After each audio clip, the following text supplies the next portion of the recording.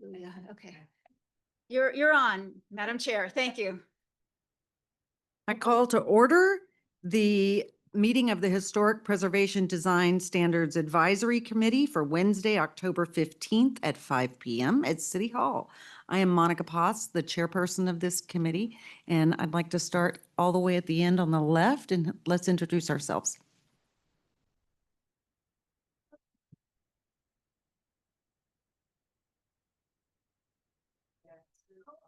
It's not on the bottom. Okay, so they had that.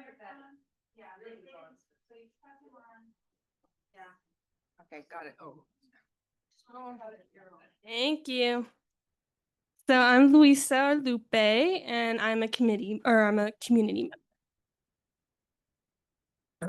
I'm Walter Winslet. I'm a representative at large for the city of Smithville. We have a business down on Main Street.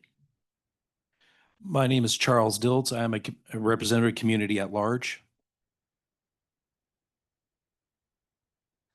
Victoria Allen, community member at large and business owner on Main Street. And secretary. I'm Leroy Behrens, and I'm with the Smithville Heritage Society. Okay, thank you all. Do we have any, I think the only announcement we have in the announcement presentation proclamation awards category for agenda item number 2 is announcing that Molly Todd will be our newest member who will be representing the Chamber of Commerce on our committee. And I would also like to say hello, everybody, to Charles Diltz. He's been a member for a little while, but this is his first meeting, and we are very happy to have him.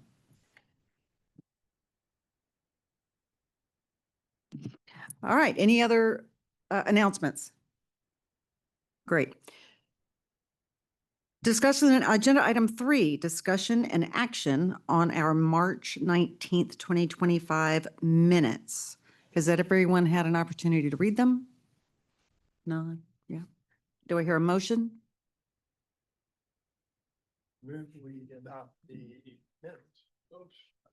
I move we adopt the minutes. Second, anyone? I second that motion. All in favor, raise your hand. Okay, motion passes. Minutes are accepted. Item number 4. Well, we hereby accept Molly Todd as a member of this committee. And we'll move on. Item number 5, Sid Millspaugh, discussion and action on a certificate of appropriateness for 100 Main Street. Sid, thank you for being here today. And would you like to just give us a 30-second, 1-minute rundown on your proposal? I'd be happy to, Madam Chair. My name is Sid Millspaugh. I have been in the community since 2008. I own 3 properties on Main Street, and I am interested in getting some better looking fencing around the property that's at question today. It's really nice to meet all of y'all and see all of y'all. I hope that I get to spend more time with you as the days and months move on. Do any of our members have questions about the proposal set forth or the photographs? Well, Sid, I have a question about the type of fence that you're going to put up. I mean, you sent some sample photographs of various railings and fences that are existing in the neighborhood. Mm-hmm. I assume that's where those photos came from. Yes, the 2-rail split rail fence is at the chiropractor shop, and it's to me, if the picture on if you go to your last page, page 7, I think you have a little bit better view of it. And also on page 7, you also have a map of the proposed and how it interacts with the historic area. What would you like to know about that fence? That's what I think would be the best and the easiest to maintain. And it's been up at the one on at the chiropractor building for, oh, I don't know, several years now, and it's still in great shape. So what you will do is that very, what you're going to do is the very thing that's kind of similar to what's at the pet shop. Is that correct? Well, it used to be a pet What shop. used to There. be a pet It's a shop? chiropractor shop as well. Oh, Yes, sir. That was exactly what I'd like to do. I like that look. I think that looks great. And I'd like to put it on the 100 Main property, which is the property where the Iron Tiger Gym is. and also it's a little confusing on the map that you distributed to us on the application. It's a little hard to determine where the fences were going to be. Okay. Are- Here, I got them color coded. The red lines are for where the fences would be located because that's within view from Main Street. Mhm. And then there's a brown line, which is the historic district property line or portion line. Then the blue is something that we don't really need to do right now, but I would like to do it as time goes on. The front of the lot has got some beautiful crepe myrtle trees on it. And so this fence would, I think, would look great in front of them. But right now it's just the red lines that come down from Main Street down the alley and then turns and goes back down on our property line towards Sweeney's Automotive. And then it goes behind Sweeney's Automotive. I think there's about 6 feet between Sweeney's Automotive and our property line. And then it will go up a little bit and then in front of David White's carpenter shop, but it won't be in front of his shop. It just goes up to the trees where the crepe myrtle trees start. So from his shop up to where the crepe myrtle trees start. Hey, Sid, this is Monica. As an item of clarification, the area marked alley is not a city-owned alley, but in fact, that is your property? It never was an alley. It was always a lot. It's lot 11 of this block of lots. So I have 1, 2, 3, 4, 5, 6, 7, and 11. And the city did sell it to us in 2016. Okay, thank you for that clarification. My pleasure. Are there any other questions?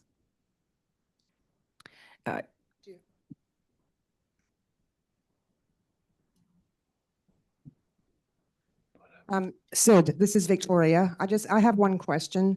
With the fence line across your alley property, is that any kind of impediment for the fire department or any kind of rescue? No, it's real easy for the fire department to dismantle that in about 10 seconds.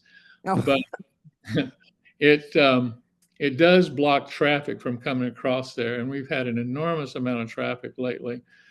Over the years, it's just kept growing and growing and growing. And so I think the danger is more or less from pedestrians who come out of the gym getting run over by a car than basically an impediment.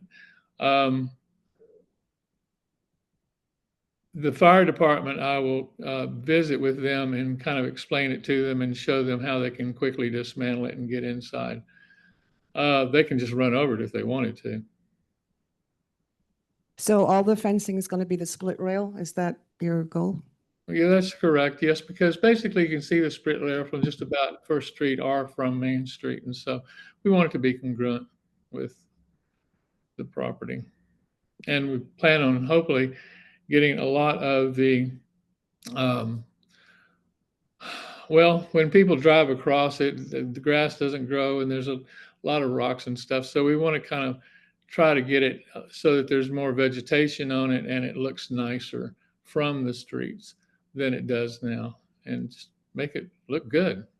Kind of like across the street where, directly across the street from the gym, how that property is kept. I mean, that's really nice. It's a good addition to the city. And Sid, for another item of clarification, So that lot 11 that on our map is, or plat is marked alley, you could put a building there if you wanted, correct? That's absolutely correct. It's lot line to lot line. And so Oh, that lot line. so that would, and a building would definitely impede the fire department. So, so, it, I would think that even if it wasn't in position, they wouldn't legally have the right to use it. No, Like, I like think they it would would Sixth be Street. easy. Yeah. Okay, thank you. Mhm. Go all the way to Olive.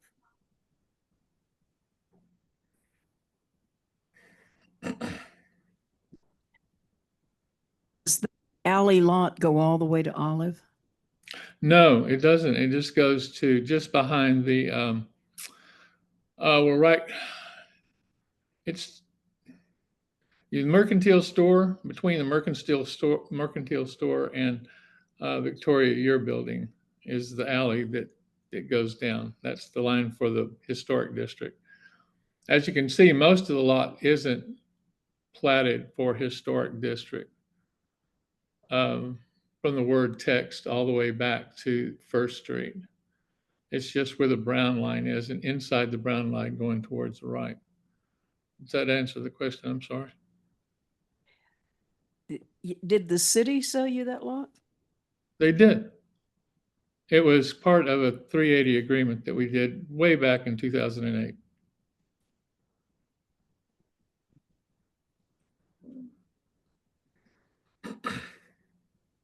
So I bought it in I 2008. would have thought that the city would have had to have some kind of a hearing.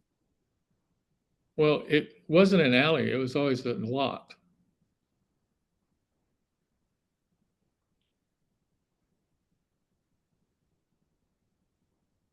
Doesn't matter. That's okay.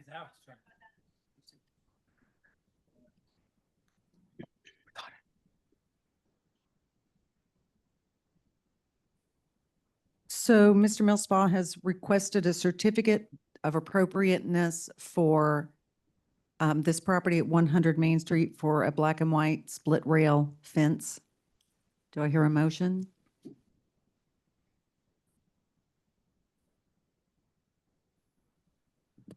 I make the motion, To do what? make the motion of, or make the motion to vote? No, to approve, excuse me.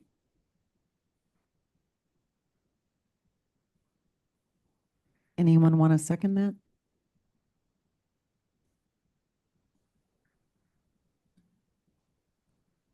Can I ask one more question of Sid? Can you tell me for the record how high this fence, excuse me, how high this fence is going to be? It Between, looks like it's 3 feet, but is it? it's about 2.5 feet, 3 feet, somewhere in that direction. If you go by the chiropractor shop, you can get a real good idea. We're going to basically imitate what's there at the chiropractor shop. I think that's about 2.5, 3 feet. And Sid, what if it looks like this would be accessible to pedestrians? It could be, yes. Is that something that, I mean, there's a lot of events down around the gazebo and they, Yeah. People sort of overflow onto those lots, those two lots that are Well, either side of Main Street. Is that something that you're going to put up no trespassing signs, or is it kind of green space or what? No, we're going to have to impose no trespassing, but I'm not going to, unless it gets out of hand, I would not enforce it by any means. That's one reason why it's a split rail. Mainly what we're concerned about is the traffic that comes from both First Street and the Main Street, and also the alley between Victoria's Place and from Second Street towards our property line. And they come barreling through there sometimes. Big trucks come through there and things. And so it just tears up the grounds and it just looks like a mess. And that's what we want to clean up. All right, thank you. You're welcome. Thank you for the question. Okay, we actually had someone make a motion to recommend to council the approval of the certificate of appropriateness for this project. Do we have a second? I'll second it. All in favor, raise your hand. All opposed, raise your hand. Motion carries. Thank you so very much. I'm very honored. Thank you. Okay, we're going to back up to agenda item number 4 real quick and welcome and accept Molly Todd as the representative for the Chamber of Commerce. We're glad to have you here. All right, we're going to move on now to agenda item number 6, residential district overlay. And before we really begin discussion on that, because that's sort of a vague description, maybe 9 months ago, a long time ago, we agreed that we would have a conversation about the advantages or disadvantages of creating some or imposing some design standards on a residential historic district.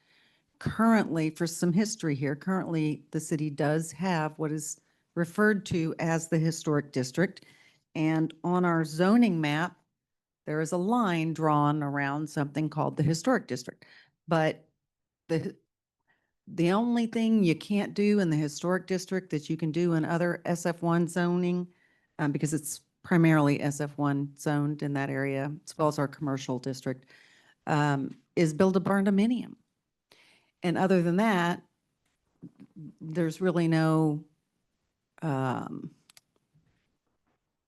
teeth or no meaning behind the concept of a residential historic district as we have it drawn and declared in the city.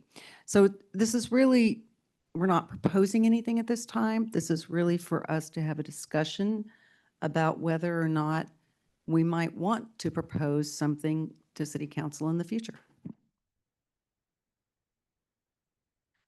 Yeah, before you have the discussion, can I just add one thing to that?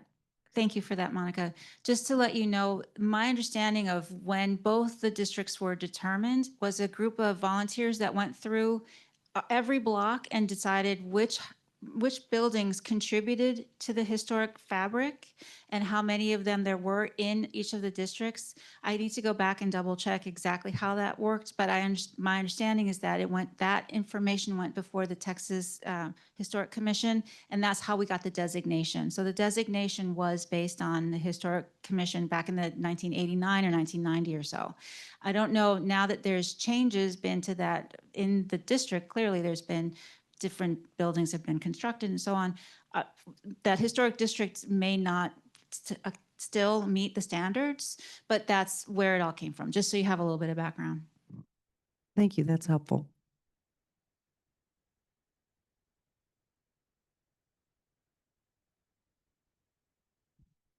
Does anyone on the committee have any comment, pros or cons about recommending to council that we create some sort of architectural design standards or any other standards for a residential historic district? Okay, well.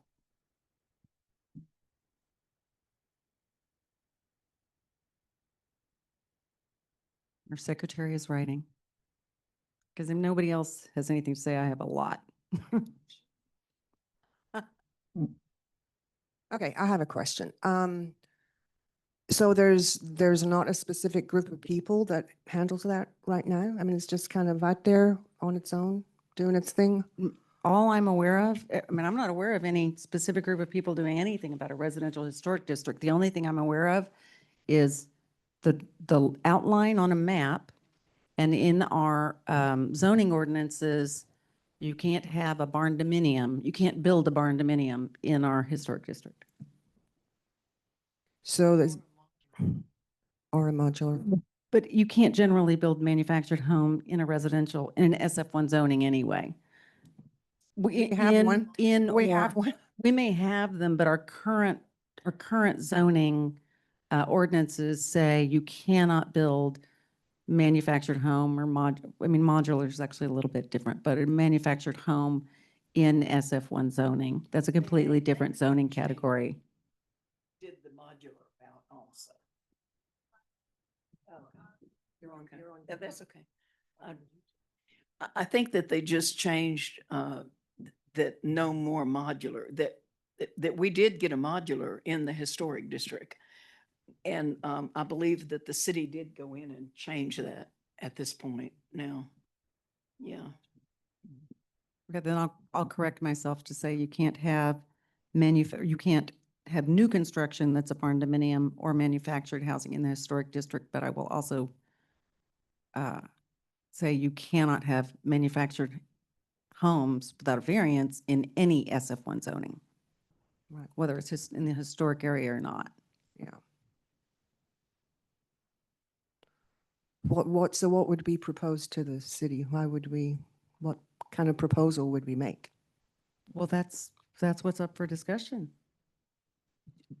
Would we have a subcommittee from this committee to do it, or would it be this committee? That's completely up for discussion. The first question we should ask ourselves is there any potential benefit to our city to having a certain set of rules about construction, whether it's new construction, rehab, renovation, whatever it be, in what we as a community call our historic district and what appears on our community map as a historic district, our zoning map? Is there any benefit to having any set of rules? If there is a benefit to that, should any architectural standards apply only to the outside of a building? Should they apply it to the inside of a building? What are the benefits of this, or what are the disadvantages? For example, in the central business district, we have a pretty robust set of design standards for our commercial historic district that we on this committee discuss, and we have certificates of appropriateness brought to us to vote on or to recommend a vote to council, because we don't make any decisions here really. A residential set of design standard doesn't have to be that robust. It could be as simple as saying that any new construction needs to be designed so that it is coherent with, that's a wrong word, but in the similar design style to the homes around it in the historic district.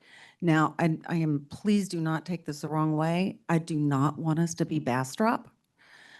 But for example, there was a big architectural audit. Is that what it's called, Jill? Do you know?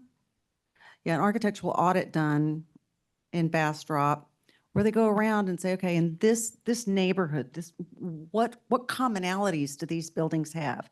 Okay, well, 80% of them have front porches. This is the angle of the roof line. This is the kind of siding material that's used. I'm making this stuff up, right? But there are a set of architectural standards and similarities when you drive around the historic district. All the houses they're similar. And so one possibility is to say, well, we recommend to council that we set aside some money in the budget, which is going to be a big fight, right? Set aside some money in the budget for next year to do an architectural audit, and for new constructions, apply a set of standards so that new houses that are built don't stick out like a sore thumb in the historic district. You can probably tell that I'm in favor of that, but that's just an example of something that could be done. And it's really up for us to discuss whether we think there's benefit to this for our community. I did a little research on the benefits Well, I'll tell you right now, one disadvantage of having an overlay like that is that it infringes on personal property rights. If somebody wants to tear their house down and build a 2.5-story slick, bright green metal and glass building, then as long as they meet building codes, they can do it. And zoning codes, you can't have a duplex in SF1 zoning without a variance, for example. So it does infringe on property rights. But I'll also say the city infringes on personal property rights all day long, every day. That is what zoning ordinances are. We are here, Sid had to come before us to ask for a certificate of appropriateness because we as a city are infringing on his personal property rights because we as a city have decided that it's important to us to maintain a certain character, a certain architectural character to our historic downtown. So the question is there any advantage to us to maintaining a certain architectural standard to our residential historic district? And I'm curious to hear everyone's thoughts.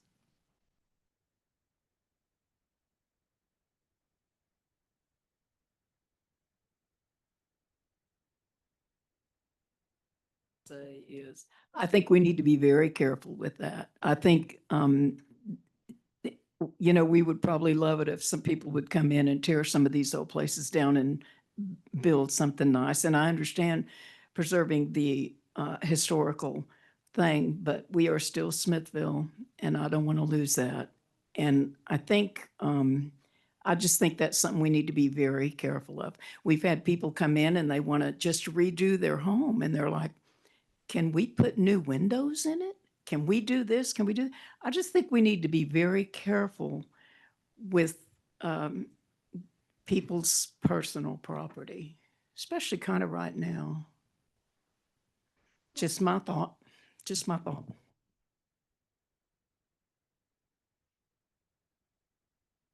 I mean, maybe. I mean, I could see suggestions for people. I mean, I don't have a problem with that. You know, if you want to maintain this historic fabric of this neighborhood, here's some suggestions you might want to look at. But if you don't want to do it, you don't have to do it.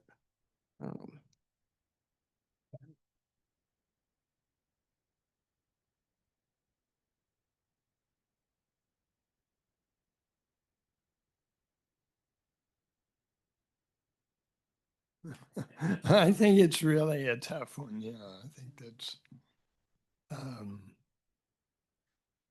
I like the idea of contacting someone if you know there's going to be a complete tear down and rebuild, and say, you know, we care about what you're going to put up there, and we'd like it to fit in with the city. But then, you know, I've seen a lot of neighborhoods where they have really incorporated new modern, you know, architecture, and it looks good, you know, it looks good. I like seeing both. I like seeing the, you know, period architecture, and I like seeing modern architecture.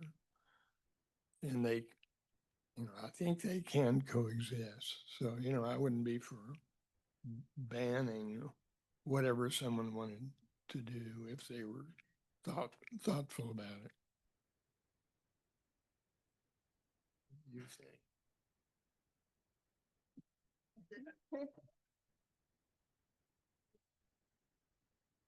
Oh, now it works. Okay. Yeah, I guess I'm just thinking, I'm totally hearing what people are saying about not wanting to infringe on people's personal property rights, but also I just have my personal experience. I think a lot about how community is divided by visual aesthetics of a more modern versus a more historical, like property, literal, like the literal visuals of it.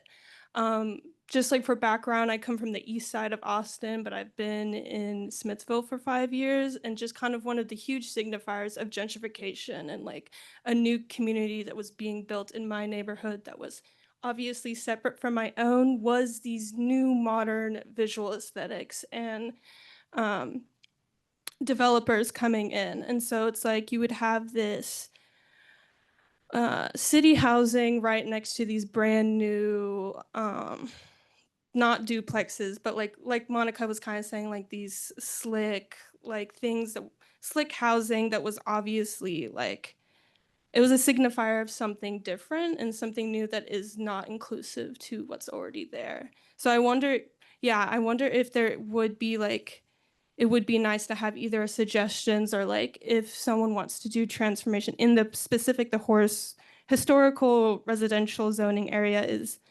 like yeah, be open to discussion about it and know that you are representing broader Smithville in where you're living right now. Yeah.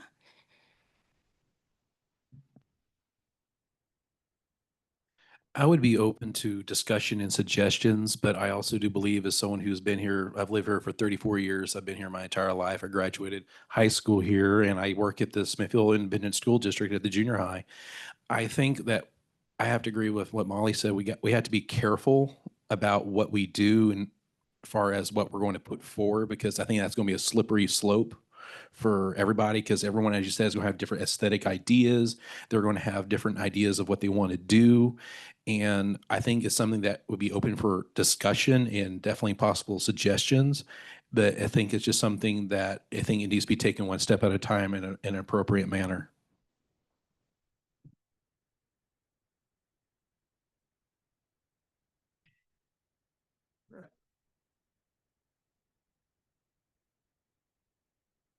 There you go.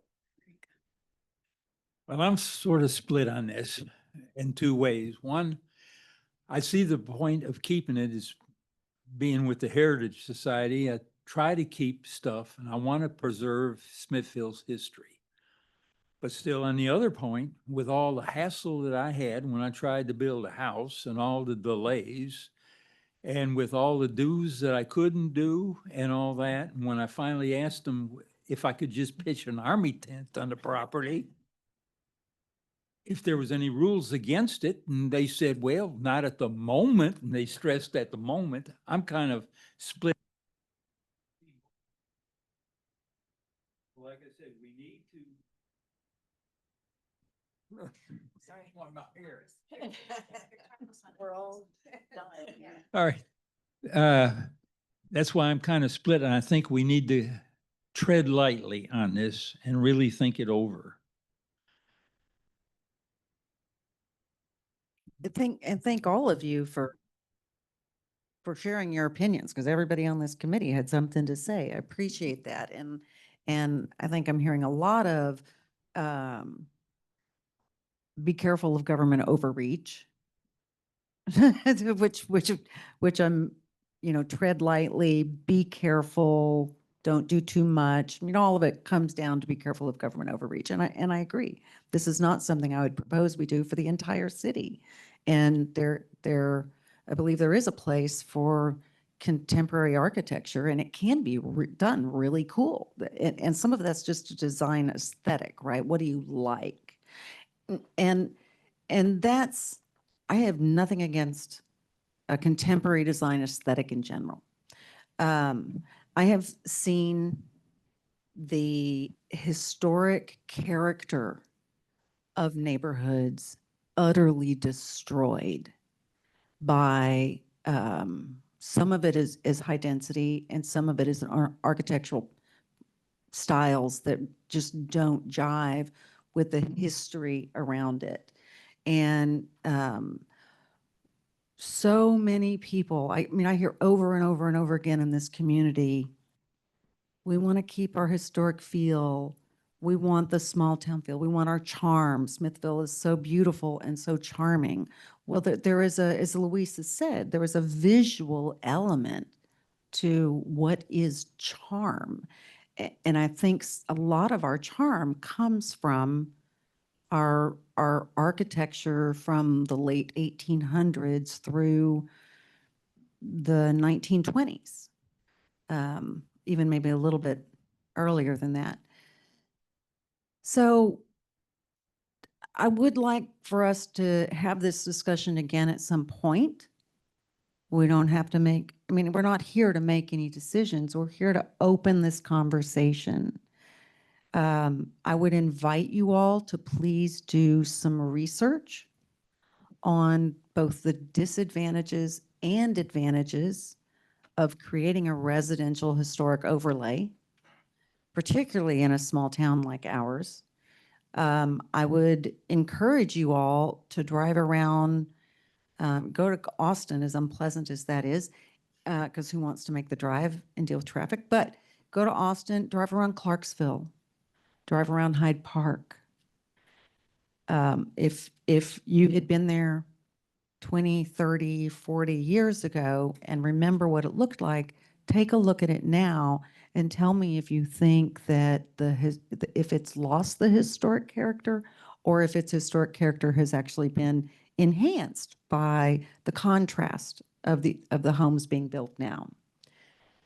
So I'm going to open this up for any public comment we may have. Anybody?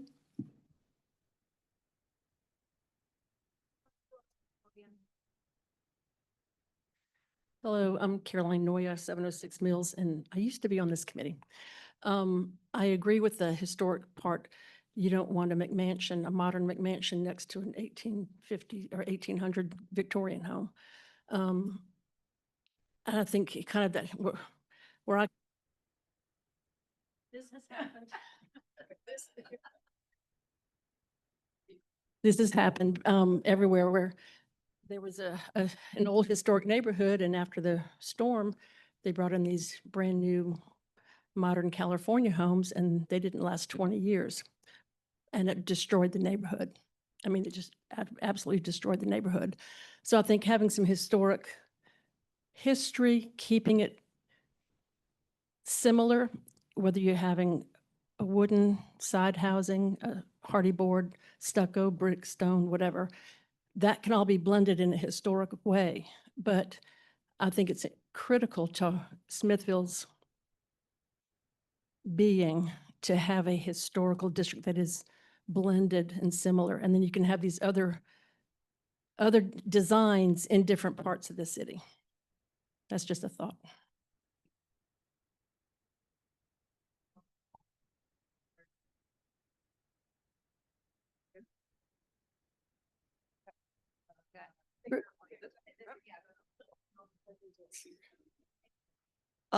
Yes. Ms. Merriweather had asked if she could speak about something, and I said, well, it fits in this part of the agenda more than anywhere else, so get up.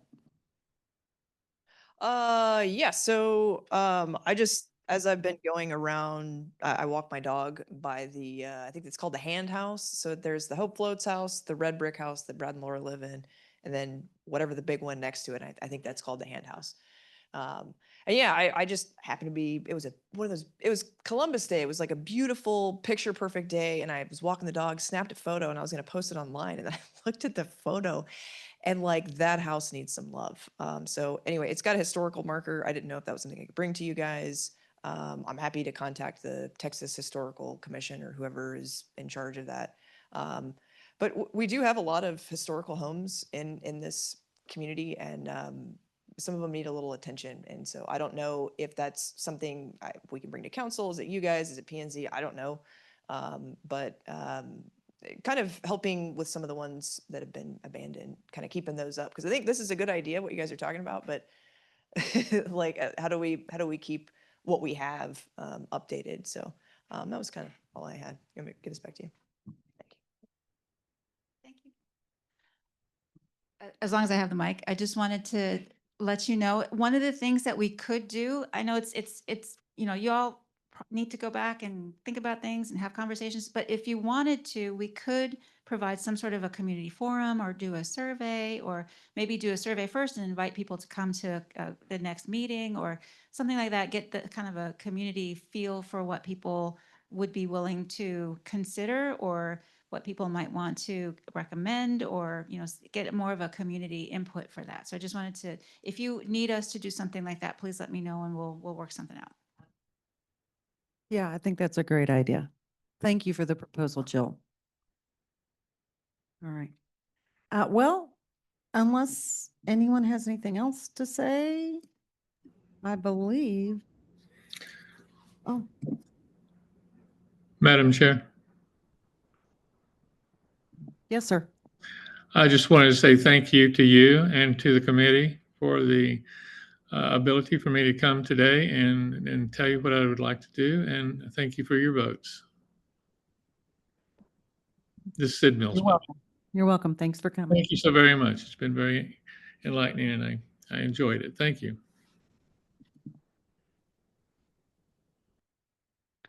All right, well then, our last order of business is to adjourn. Do I have a motion? Do I need a motion for that? Okay, I move that we adjourn. all in favor? We are adjourned.